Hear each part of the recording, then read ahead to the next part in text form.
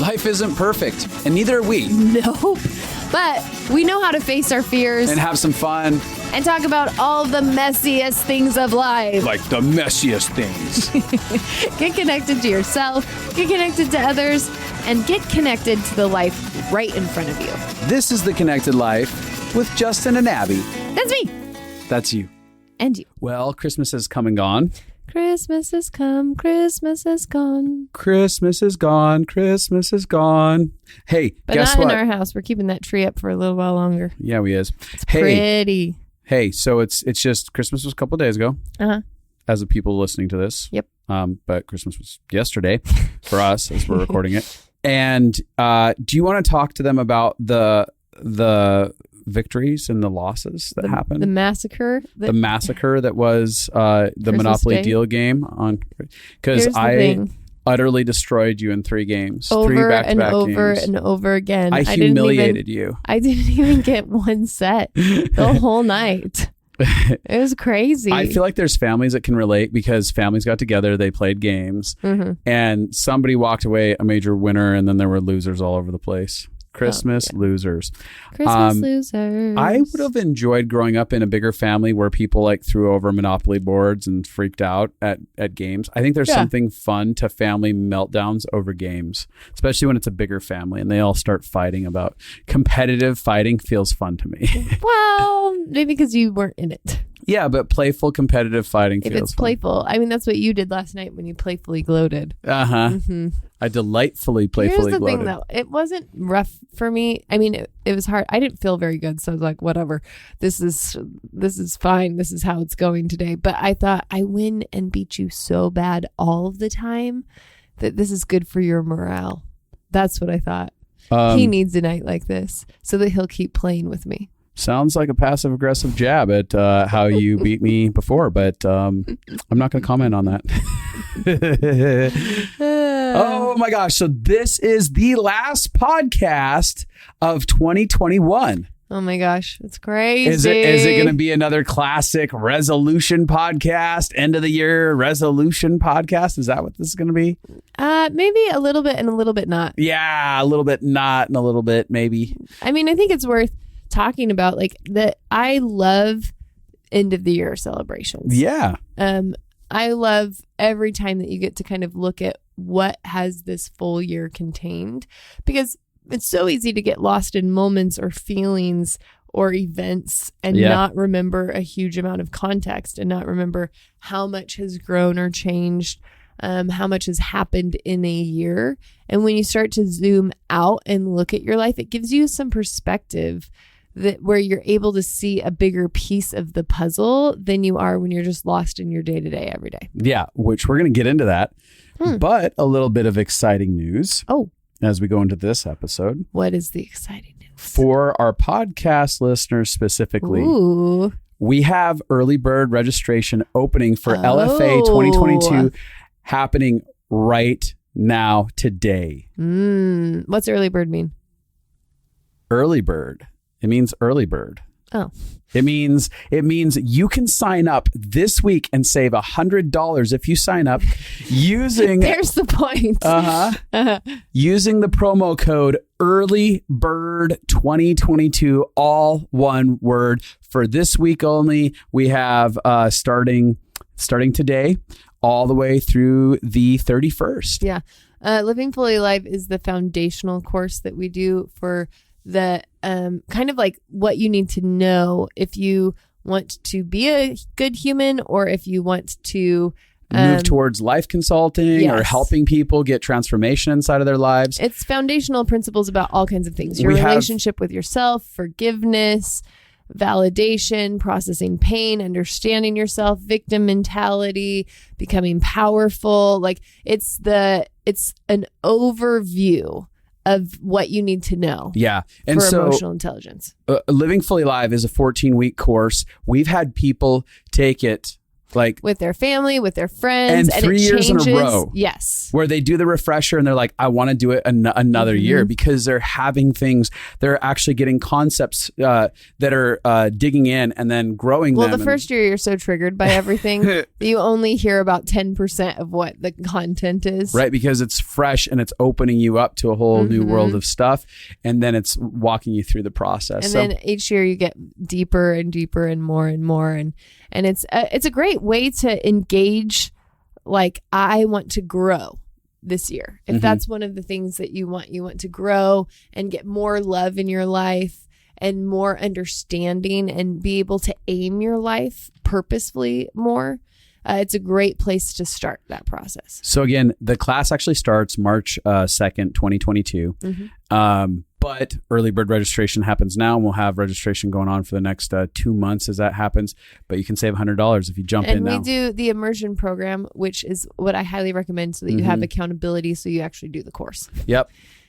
Connection to a whole community of people weekly, and weekly live consulting sessions where you get to watch people get transformed. You have the opportunity to be in the hot seat as they walk people through it and then talk about what's going on inside of it. And that's something where so many of the immersion students were like, oh my gosh, just watching someone walk through their process and being with them in it as that went down changed the entire game for me. It made me feel not alone in it. We're building a global community of people who are connected to emotional health, understand it, have the same language for it.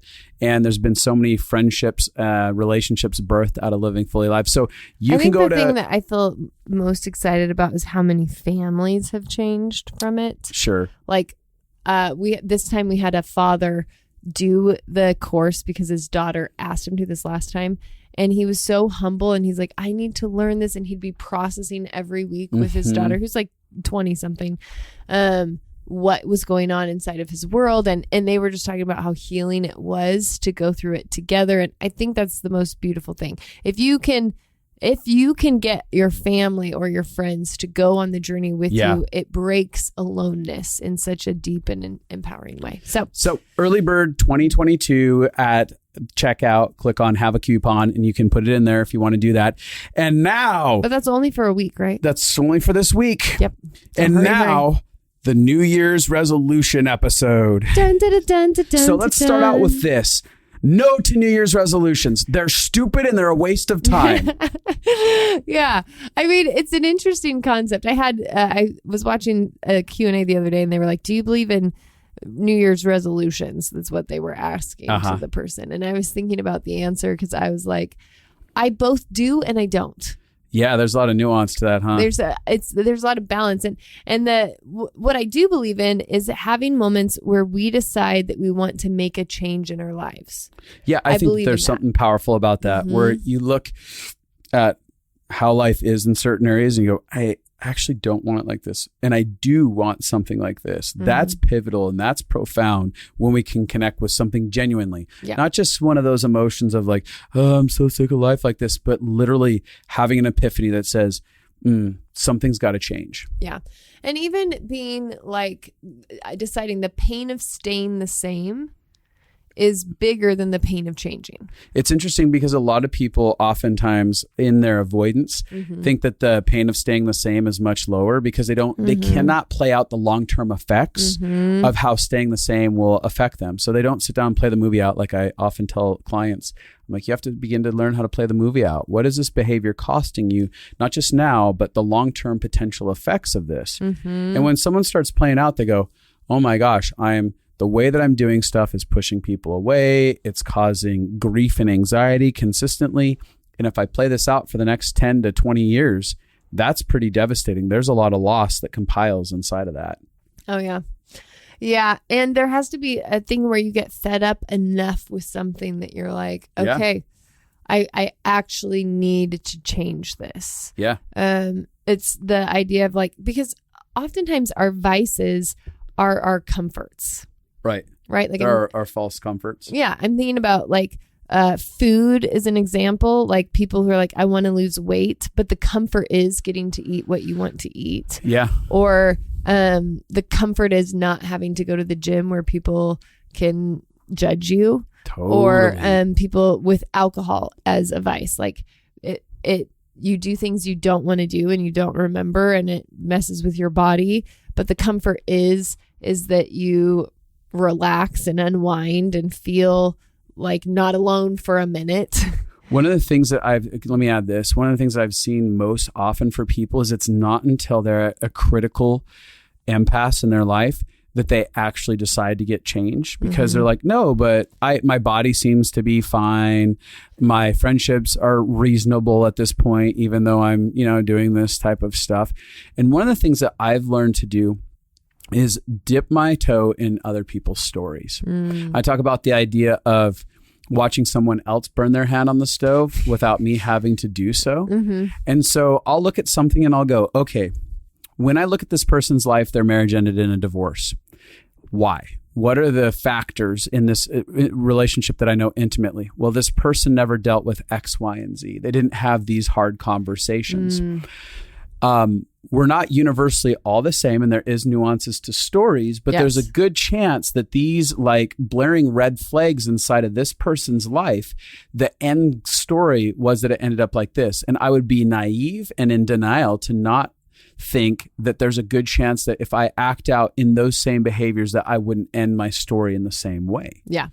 And so part of it is a lot of people, again, they go, well, that's not the story for me. Yeah, but if you're acting A plus B will always eventually equal C. And so it's very easy to start going like, what life do I want to live? Well, I can see the lives that I don't want to live. How are people ending up at those impasses inside of their life? Yeah. To get a grid for what you do want to start changing and how you do want to redirect your life. Yeah. I think it's really good. It's I'm always telling clients to actually count the cost of what it's costing you already. Because most people are like, well, when it gets bad enough, then I will change. And being like, well, what is it costing you now? How much shame is it costing you now? How much guilt is it costing you now? How much emotional energy is it costing you now? It's the same thing with people who are addicted to a relationship. Yeah. Where they're holding on to a relationship because of the comfort it brings to not feel alone. And so what will happen in people's psyches is they'll equate staying connected to this person that is toxic for me, or isn't the right fit for me right now. Staying in a relationship with them means I feel not alone. That's how they'll label it in their brain. And how you label things in your mind affects how you make decisions. So if you're like, oh, staying, like trying to keep connected to them will keep me okay. Yeah. Well, then you're going to keep it. If you start to recognize every time I try to stay connected with them, it keeps me in a cycle of feeling alone. It keeps me in a cycle of feeling rejected. It keeps me in a cycle of feeling unworthy. It keeps me in a cycle of feeling like I'm close to getting what I want, but not actually getting it. Like, what is it actually doing? It's not keeping me from feeling alone. It's keeping me in all of these emotional swirls. Totally. Okay. So what it's promising that it'll give me, which is connection, it's actually giving me the opposite of disconnection. I'm getting small hits of connection, like a drug, and then a lot of pain. And so it's the idea of, if you want to change, you actually have to build a case for why the thing that you are scared to let go of, or you're scared to move forward from, or why that is costing you to hold on to stay in. It's such a huge thing. So even like, if you're like, I want to change my habits, I want to learn to get up early every day. Like, let's say that's one of them. So then you have to look at, well, what is it costing me to sleep in every day? It's true. Well, I get less done. I feel less productive. I stay up later. I feel lethargic. I feel depressed. I don't eat healthy because my eating schedule is off. And then I get bored late at night because I'm wide awake past all my friends and I don't have that human connection. Like, you have to actually go through and look at, what is it costing me? That will help propel you forward. It's interesting to add to that. So people talking about waiting till they're at critical mass. I would have people come to my office, they'd email me and be like, oh my gosh, my wife's going to divorce me. Can you get me in? And a lot of times I told them no. I was like, no, I can't. Like you had a very full schedule. Right. But also the idea that they were right at that crossroads, because I'd ask the question, how long have you guys been in counseling and stuff and seeking help? Well, I haven't, but my wife just said she's going to divorce me and she's walking out the door. I won't participate in that. I tell them, because I can't fix this. This is not an overnight fix. You can't throw a Band-Aid on this. You're at the crossroads that you should have started 8 months ago. You're like, this isn't about fixing. If you think it's about fixing your marriage and saving it right now in this moment at this spot, you're crazy inside of your head, because that's not possible. It's possible for you to begin the work on yourself, and maybe that will happen. But if you're coming in to save the marriage at this point, that's not why you're here. Right here, right now, is to actually deal with the pain that's coming up right in front of you and to decide how you're going to navigate your next steps. Well, and that brings up an interesting thing too, which is the spouse that all of a sudden says, I can't do this anymore. Right. And so this would be a great year to learn how to be honest with people before you get to critical mass. Because I find that happens a lot, is that people are holding something in. They're like putting up with something until they get broken by it. And then they have no capacity to keep doing that. Yeah. And I've watched that happen over and over and over again in different scenarios where somebody's like, no, I'm fine. And then they lose their mind.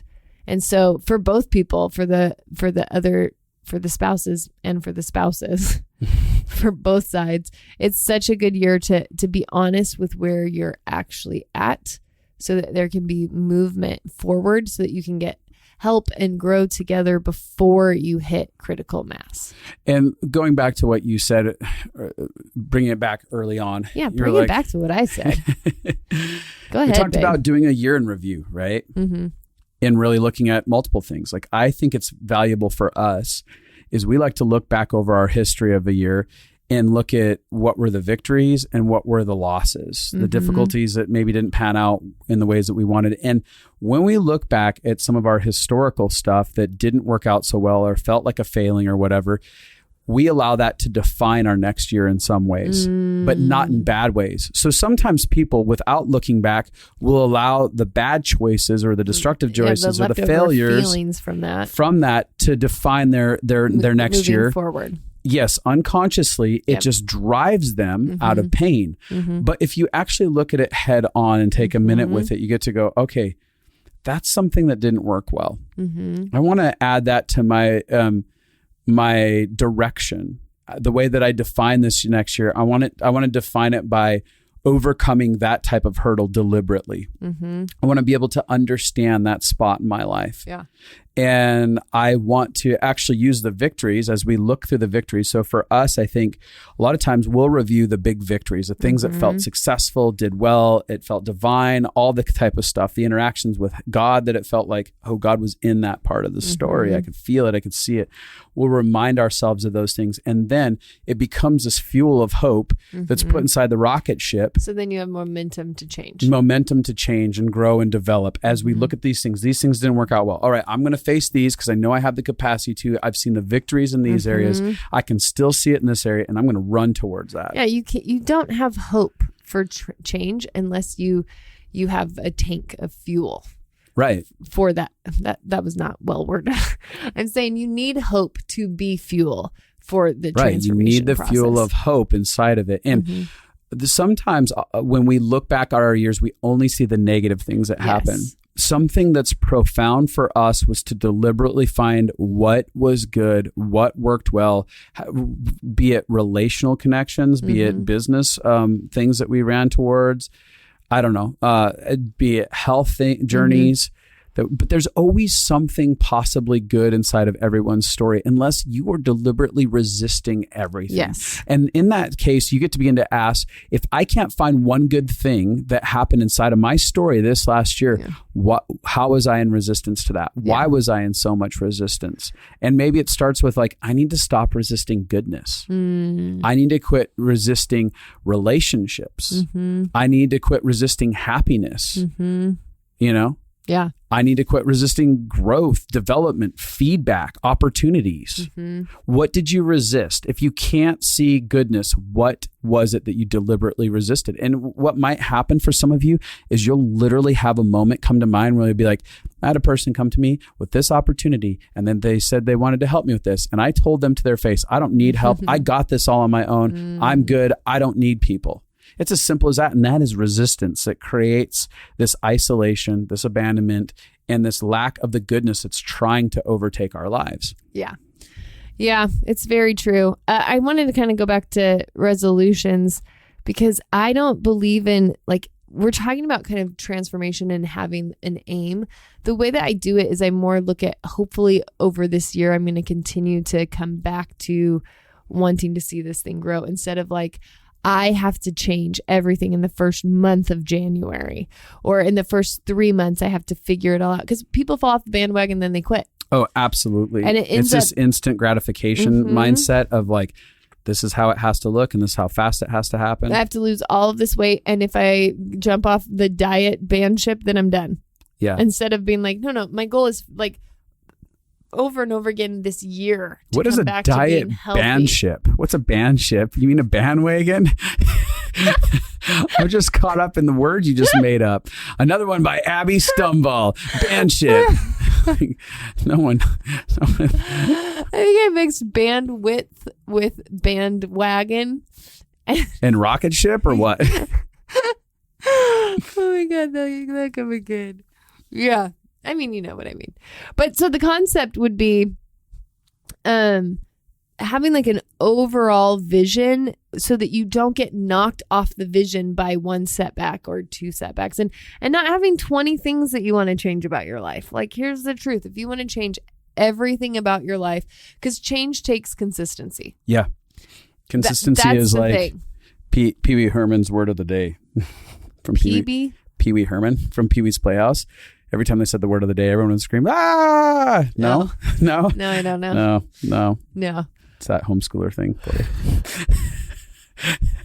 You didn't just so you know, you didn't miss anything. That made me laugh. Oh, gosh. Yeah, I was homeschooled. So, the concept is change takes consistency. And so you have to be willing to look at it, not like, oh, if I do really good, I quit drinking alcohol for a month, but then I drink again. It's not like, oh, well, screw it, I'll go back. It's like, oh, no, that's fine. I expect that I'm going to do some ups and downs, and I might take 2 steps forward, 1 step back. But my goal is to keep the 2 steps forward. Because if for a whole year you take 2 steps forward and 1 step back, you will still get a far distance. You will. If you keep going. Yeah. But if every time you take 1 step back, you stop walking entirely, then you won't get anywhere. No. Yeah. That is revelational. Well, I mean, do people think about that? The silence. Because most of the time people the silence. Well, I'm wondering if people, because most of the time when people do 2 steps forward and 1 step back, they're just like, oh, I failed. I think about this with like sobriety on any level, whatever kind of addiction you have, like porn, alcohol, drugs, food, shopping, codependency, whatever addiction, we all have like so many people have addictions. And most of the time you take 2 steps forward, you take 1 step back, and the 1 step back, then you're like, whatever, fine, screw it. I'm diving right back into my addiction. And I'm like, no, if you could just every time you take 1 step back, just keep going. Well, forward. I think one of the things that's detrimental to the development process in any quote unquote resolution, like year long, wanting to define the year and find out who or what you want to be and what that looks like, is the measurement stick. Mm-hmm. Like, we have to do away with the measurement stick. And I think that there's a little bit of confusion, and it's like, well, then how would you know if you don't measure, if you're not actually aware? But when I talk about doing away with the measurement stick, it's like that high level anxiety where we're intricately examining every little thing about our story. And we're like, oh, see, I took a step back. See this thing? Like, there's this hyper vigilance about it approach, rather than like, well, I know, I'm learning, I'm growing. It's in the back of my heart that it's part of the goal. And I deliberately made about 10 decisions this week that moved me towards developing a consistency inside of this area. And I'm celebrating those wins as they happen. I know there are 10 more than I did last year. Mm-hmm. Yeah. And again, if you have 20 goals, you're going to fail at all of them. Absolutely. So I'd pick like 1 or 2. I think if this year, like if someone were to sit down and just be like, I just want to learn how to communicate my feelings really well to one person. I want to get good at communicating with one person, my spouse, my best friend, my parents, whatever it happens to be. If you could just do that one thing, and you're like, I learned this year how to communicate really well with one person. Now it's about to be magnified to a lot of people. That's super cool. Yeah. Yeah. It's helpful to be intentional about what it is that you want to go after. I think this all the time. We're going to probably sit down this week and make a vision board for what we want to see. Not only just emotionally, internally for our lives, but also like what we want to see happen with our lives. We do vision boards often. Yeah. But having an intention, a picture in your mind of where you're headed, of who you want to be. How you want to feel. Yeah. I have a picture in my mind of who I want to become. And I am aware, and some people use that picture in their mind to beat the crap out of themselves. They're like, I'm not this person yet. I'm not lovable. And that's not what it's like for me. Like, I'm actually always like, looking at all the ways I'm becoming more like the person in my mind. It's interesting because there's this guy, Michael Todd. He is growing as a well-known pastor out of Oklahoma, and he has a church called Transformation Church. Yeah. And so he had an interesting story. Like, he felt like inspired by God to put this picture of an event center, a major event center at the point where they had only 300 people in their congregation, a major event center. He was like, I'm going to put the logo on the front of it, and he digitally mocked it up. It was kind of junky. And then he saved it in a file folder and then just moved on with life. It was a couple of years later after he did that. All of a sudden, he was met with a circumstance of the possibilities of actually stepping into this giant event center that was worth $57 million. And he, or 54 or something. 54 million maybe. But right before that happened, he knew that he had to grow and move into something new and open up the gates from what they were doing. They were growing really fast suddenly. He's like, what do I do? And he felt this nudge internally of like, I've already showed you what to do. And after milling about a little bit, he was like, wait, I think I did something on this. Like, he'd literally forgotten the reality that he'd created this. And he felt like this reminder urging him to go back to the space. So he starts hunting through old hard drives, and he finds this picture of this event center and what he'd created. And he was like, all right, that's the season. We're going after this. This is what we're going to get. When they had nothing financially. And they ended up picking up that event center for $10 million and paid it off within a year or two. Yeah. And now they're in a huge, explosive church that's happened. And why does that matter? It's something about, I've had yeses inside of my life in seasons that were long before the timing of when they were supposed to be enacted. Right. Where I began to say yes to something, and I put it on paper, and I was like, yep, this is what I'm going to have. This is what's going to happen. And I forgot about it. And interestingly enough, so many people that have done vision boards, just getting it written down, getting a picture of something, having an agreement with it. People have done that. I'll hear story after story where they're like, I had forgot all about it. And then I'm living my life in this beautiful things that I like are fulfilling. And all of a sudden I find my vision board from 5, 10, 15 years ago, and verbatim, the things that I had put on it had come into fruition. It's crazy. And I mean, people have heard of vision boards and stuff before, but I think it's worth actually pulling that up and talking about that, because there's this like, yes, this partnership with heaven where we go, yeah, I want to participate in getting vision for something. But the beauty of this story, again, it wasn't even that he deliberately every day figured out a plan of how to make it happen. He began with a yes inside of his heart. And then the other part of his story is he stayed faithful to the thing consistent that was right in front of him. Yeah. And then they started pursuing the event center. They called every week. Yeah, when it felt like a yes on it, like, oh my gosh, we need to now pursue this. They pursued it weekly while someone else was in litigation for it, trying to get it all wrapped up. And then the people couldn't get the financing they needed and fell out of it, and they called them back. Yeah, it's a remarkable story. Epic story. But the interesting thing is it happens. We've seen it happen in our own life. So many of the things we put on our vision board, we've seen happen. Oh my gosh, and declare and like visualize. So even down to the house that we just got, we had a picture on our vision board of the layout of the way we wanted the master bathroom and the master bedroom and the closets to be. We'd stayed in an Airbnb a couple years ago. We loved the layout. They had his and hers master closets that went through to this. It's hard to explain, but so we took a picture in the Airbnb and then we posted it on our vision board because we're like, this is how we would. There's so many things that we posted on our vision board about our house, and we changed a lot about our house, but we didn't change that. When I walked into the house, I was like, oh, I know this is the right house for us because it has things already placed in it that I said yes to a long time ago. And so there's a beautiful thing of like, even when you allow yourself to say yes to wanting, desiring, dreaming, whether it's who you are, how you feel, or the things that you want to see inside of life, all of a sudden you'll know that you got what you wanted because you've already been engaging it. So many people don't engage a process like that. And so they're living a miserable life in beautiful circumstances that are actually answers to cries inside of their heart. But they're so disconnected from the actuality of what they even wanted. They don't even know that they're living inside of it. Oh, yeah. So there's times like, again, even when we stepped into the house, I was like, I know that this is right because this is exactly what I've been saying I've wanted and I've put up long ago. Yeah. And so that even helps direct our decisions. So people come at crossroads and they're like, I don't know what decision to make. But if you've had something that's been sitting, that's been building for a while and you see it, you're like, no, it's clear. Yeah. I have 5 decisions to make on the table and I know exactly which one it is. Yeah. I thought I should maybe say some of the things I'll put on my vision board this year so it help people's brains.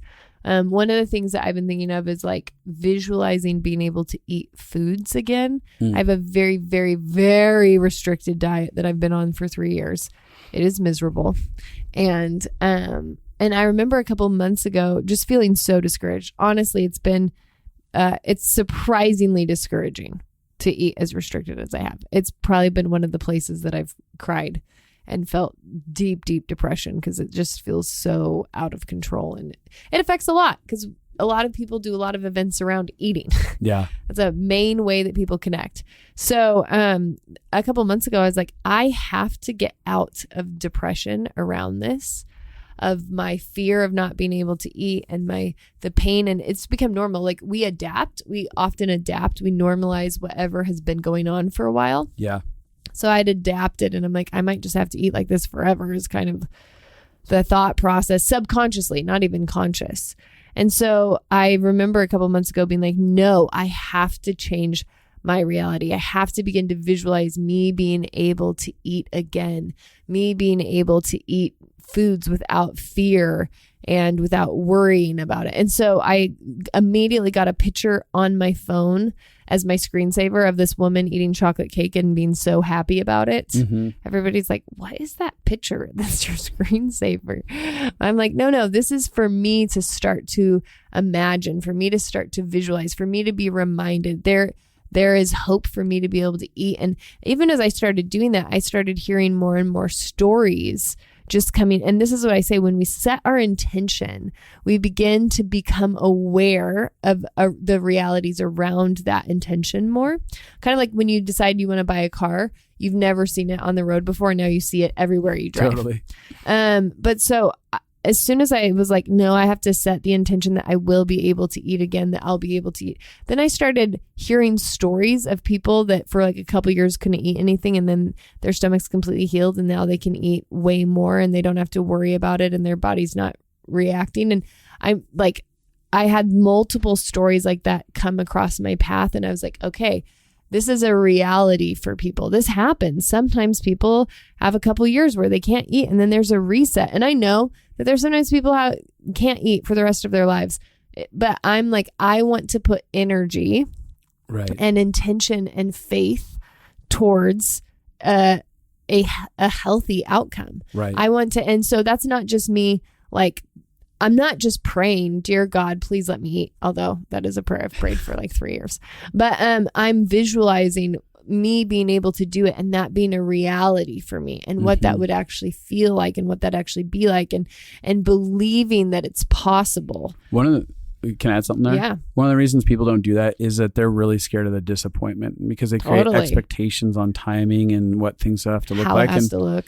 And yeah, what if it doesn't happen? Okay, then you cross that road when it gets there. But there's something about just being like, no, I'm going to allow myself to have a sense of faith and hope inside of areas that feel bigger than myself. And well, here's where I think the line is that I don't use the fantasy to deal with the pain.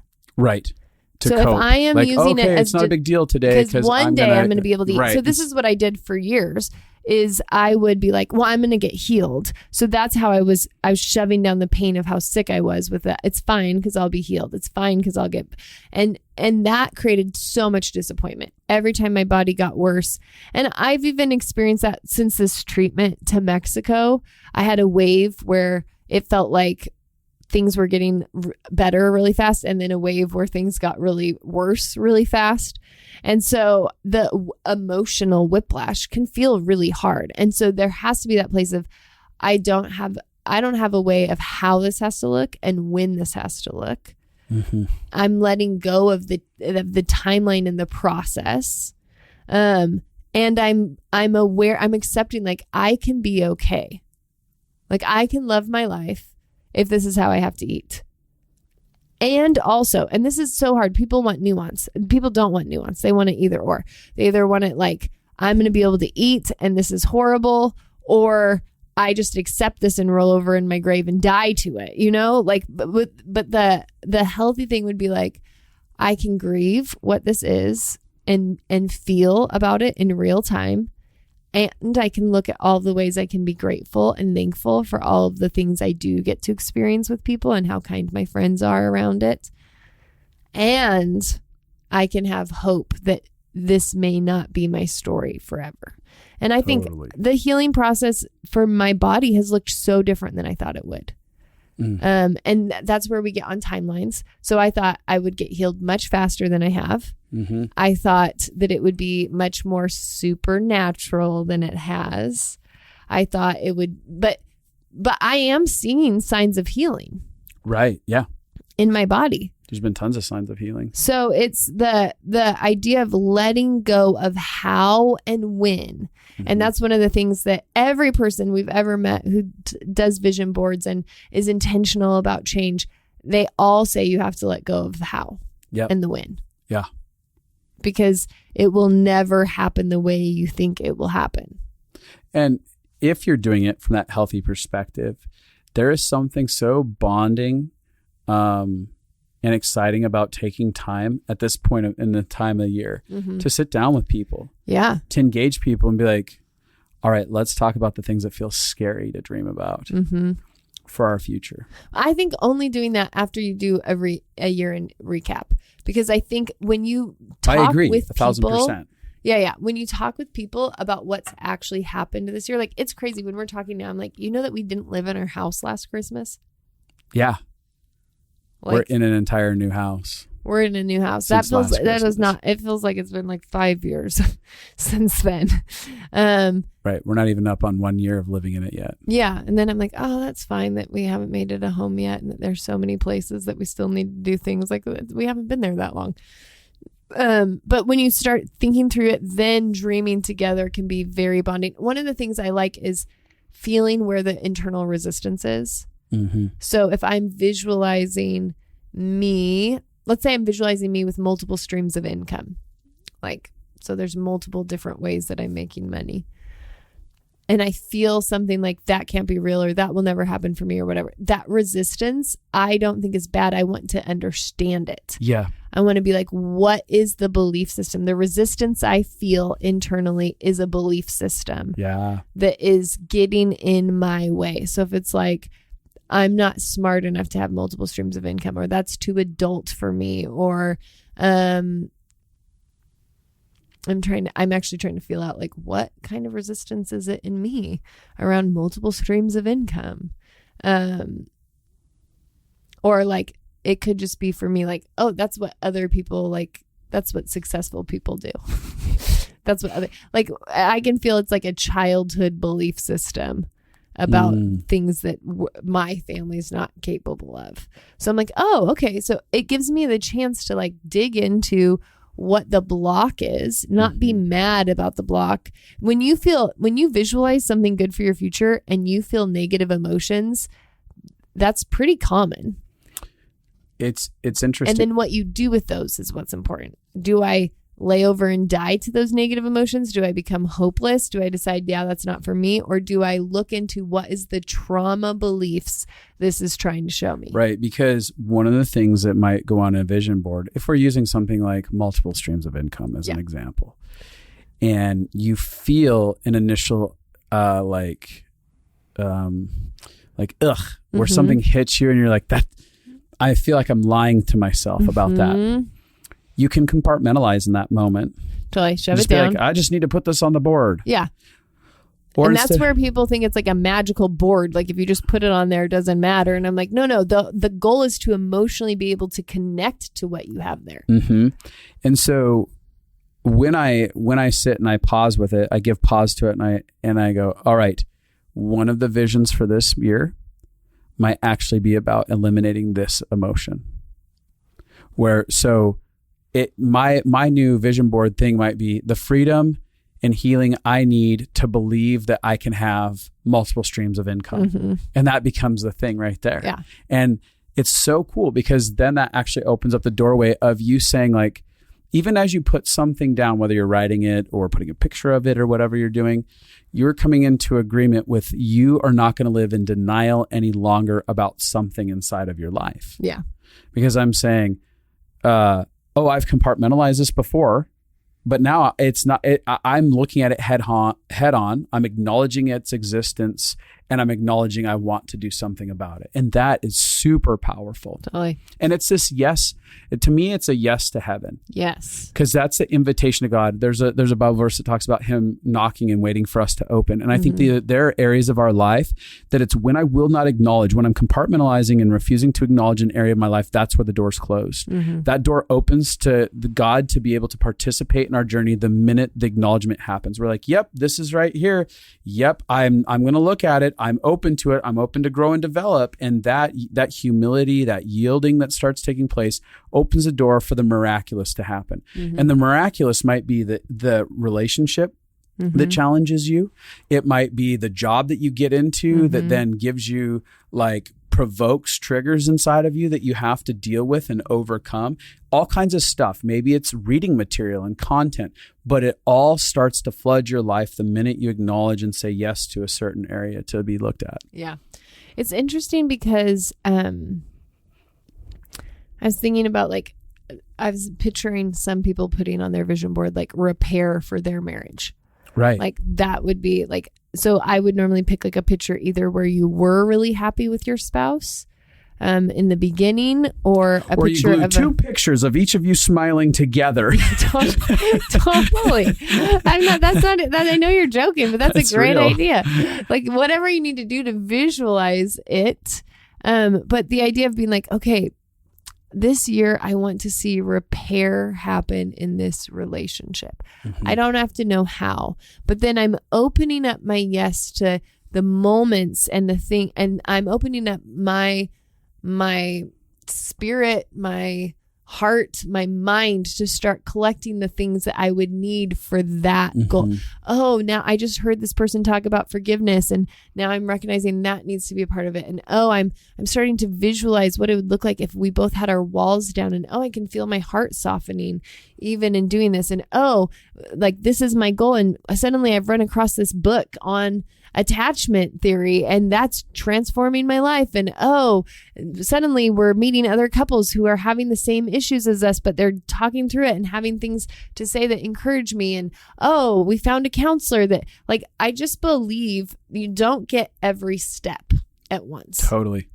But if you will set a vision, if you will set a goal, that you will then your brain will start to look and gather the things that are being brought in your path every day towards that goal.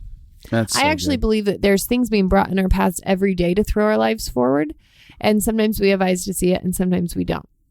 And so when we set a goal, what we're doing is we're opening our eyes to be paying attention to those things. And then you have to look at faith instead of fear, which is instead of looking at all, like you can constantly collect all the dots. See, we got in another fight today. See, we're not going closer to repair. Totally. See, nothing's going to change. That voice of accusation, that voice of doubt, that voice of guilt, shame, condemnation, that voice will keep you from transformation. You have to be aware of that voice, because the only way transformation happens is with the fuel of hope, which is, okay, repair may take us a couple of years. Yeah.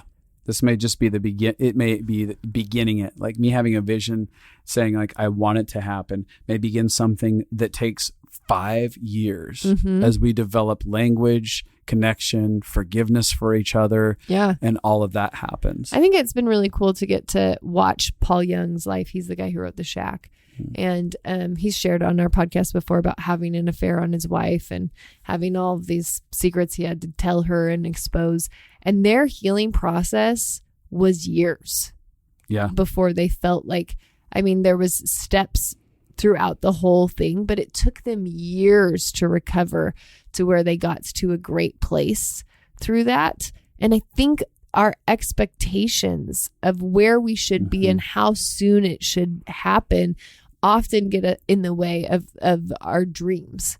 And so being like, no, it's okay if it hasn't happened yet. And I'm still in a good timeline. One of the things that causes the burnout on that is when we don't see it in the timeline that we think it should, then we start agreeing with the idea, oh, this means it will never happen. That so true. It'll never happen monster that creeps in. That's the defeating part right there. Yeah. I do want to say a word that I used earlier that I think is fundamental in seeing the full manifestation of any of our dreams or desires, be it for, again, our emotions or our relationships or the opportunities we get, is the word humility. Yeah. I think humility is at the foundation of it all. Oh my gosh, I love this. Love what? Humility? What you're saying. Keep going. Because there's something inside of our heart, like there's some really, really cool stuff that's happened in my life, opportunities and stuff. And it didn't all happen because I was really awesome. There's a lot of things I've done to work against myself, right? But probably a factor that's been inside of my story is a relationship with humility. And I've been plenty of places where I've been arrogant and prideful, and pride to me is places where I've tried to prove that I have it, I can do it all on my own, I don't need anyone's help. I've had a lot of that inside of my story, and it has been the parts that have been detrimental and worked against me, right? But there's been a lot of places inside of my soul where I sat in tears and authentic conversations with God saying, I don't know how to do this, Dad. I need you. I am going to blow this marriage to pieces if you don't show up. I'm going to blow this relationship up. I'm going to fail inside of my business. I don't know how to do this, but I'm willing to believe that you want to show me how, that you want to participate inside of this. And it's when it's that healthy sense of surrender and brokenness that's at the foundation of humility that's wrapped into it, where it's just like, I know that we were wired in a way for great capacity, and yet there's still human capacity, right? There's still a place where it taps out. So it's like the nuance, not the either or, but the idea that I know that I was created with divine intent, right? That inside of me is a connection to divine wisdom and strength and capacity and stuff like that.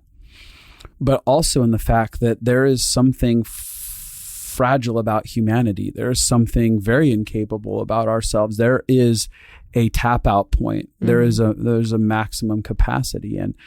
And with those truths in tension, I move through life with a sense of like, yeah, I got good stuff inside of me that can partner with heaven. But also I really desperately need something that's bigger than me, more loving than me, to give me insight and wisdom and direction. And again, to me, that's when you're moldable. That's when you're directable. Yes. Right. And so that's when stuff happens where I hear a feeling inside that says, move to Redding, California. when my hopes are to go back to Los Angeles. Totally. And I yield to that and I say yes to this small town that I don't want to be in, and I don't want to be in more than a year. And now, 12 years later or something like that, we're still here. But inside of being here, saying yes to something that didn't make sense, it fulfilled deeper dreams, which was, I want to be an influencer of people's hearts where I can help change the way that they think and the way that they feel and liberate them. And it happened in a least likely place. Totally. But it happened from a posture of humility, saying like, I don't have all the answers and I'm going to trust you and invite you into my story. And it may look way more uniquely different than how I expected it to. Because I didn't expect that I would be a life consultant. I didn't expect that I would be doing podcasts. Totally. None of that. I didn't expect I'd ever write a book. I wrote a book. I was like, I'll never write a book. That was my attitude on stuff. There's a million and one things that I thought I'd never do and I didn't have a vision board for. But I had a vision inside of me that's like, I want to influence people and touch people's hearts through that influence. And before, I thought that had to be in Hollywood. That was the way that my brain calculated influence and whatever. And I also calculated that it would be early on in life. Totally. And yet saying yes to this, I'm now 39 years old. And I'm still seeing this momentum of influence and opportunity that's developing. And it didn't happen in my 20s. I thought by the time I'm 30, I had all these things that would happen and they didn't. And I could have easily had the it's never going to happen monster, which it did bite at my heels. Oh, 100%. Multiple times. When we were in our 20s, for sure. Yeah. Where I felt, early 30s. Felt like such a failure. And I'm like, I'm not doing anything. And I just kept surrendering and going back to humility, being like, I don't know how it's going to work out, but I'm going to trust. And I have these longings in my soul, and I'm going to trust that somehow they'll find their fulfillment, maybe in ways that I don't understand. Well, and that's, again, the letting go of what we think it has to look like. Right. And I talked about that in our kid journey of mothering is a part of who I am. How that ends up looking, there's a million different ways that it can look in my life where I can still feel fulfilled as a mom, regardless of if that looks like because I have kids biologically, because I adopt kids, because I foster kids, because I adopt people emotionally, because I have friends who have kids that I'm a good aunt and uncle to. I just think that there's so many options. And so a lot of my dreams, I have the dream of okay, I see this, I have visions of what I see that I'm made for. But more than my external circumstances, my dream is for what I feel in my life. Yeah. I want to feel whole. I want to feel loved.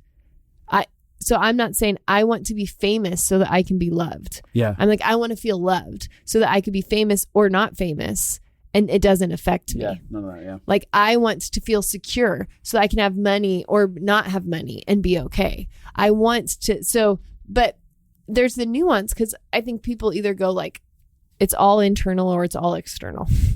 And I'm no, I want to feel whole so that I'm not enslaved by any of my external circumstances. Yeah. And I like that about my life. There's a lot of things that I feel really excited about. I definitely was known in the Christian circles as a great speaker. And then I was able to quit that. And I feel as lovable now as I did then. Yeah. You know what I mean? I feel as powerful now. I feel like I affect the world as much now as I did then. And that feels so good to not have my external world dictate how I feel about myself, That's how real. I feel about significance, how I feel about my life purpose. That feels so good to not, because then you're not having to climb the ladder externally, and then you're not having to use that. And so the concept of holding both dreams, I have external dreams that I feel are a part of what I'm made to do, but I have internal dreams.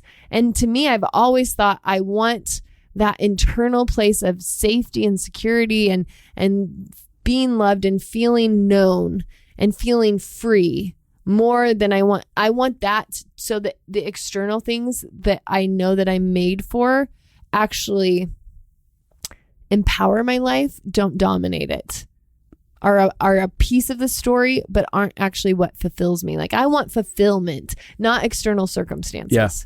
I want to be fulfilled whether I have a lot or a little. I watched Paul Young live that, where he came so alive when their family had nothing, no money. He was working 3 jobs. They lived in a 900 square foot house, and he was fulfilled before he wrote The Shack, before anybody knew who he was, and so then he wasn't enslaved to it. He's like, I don't have to do things to keep trying to stay famous. I don't have to do things to keep trying to prove something to the world. I already experienced fulfillment. Yeah, I think that that's the essence of the gospel, which is rich or poor, slave or free. It doesn't really matter. Having influence, not having any influence. Like the externals come or go, no matter what happens. There's a stability internally of peace, of joy, of happiness, of fulfillment, of going like, yeah, there's painful circumstances, but I'm also able to rejoice. Mm-hmm. I can feel still goodness that coexists inside of it. And so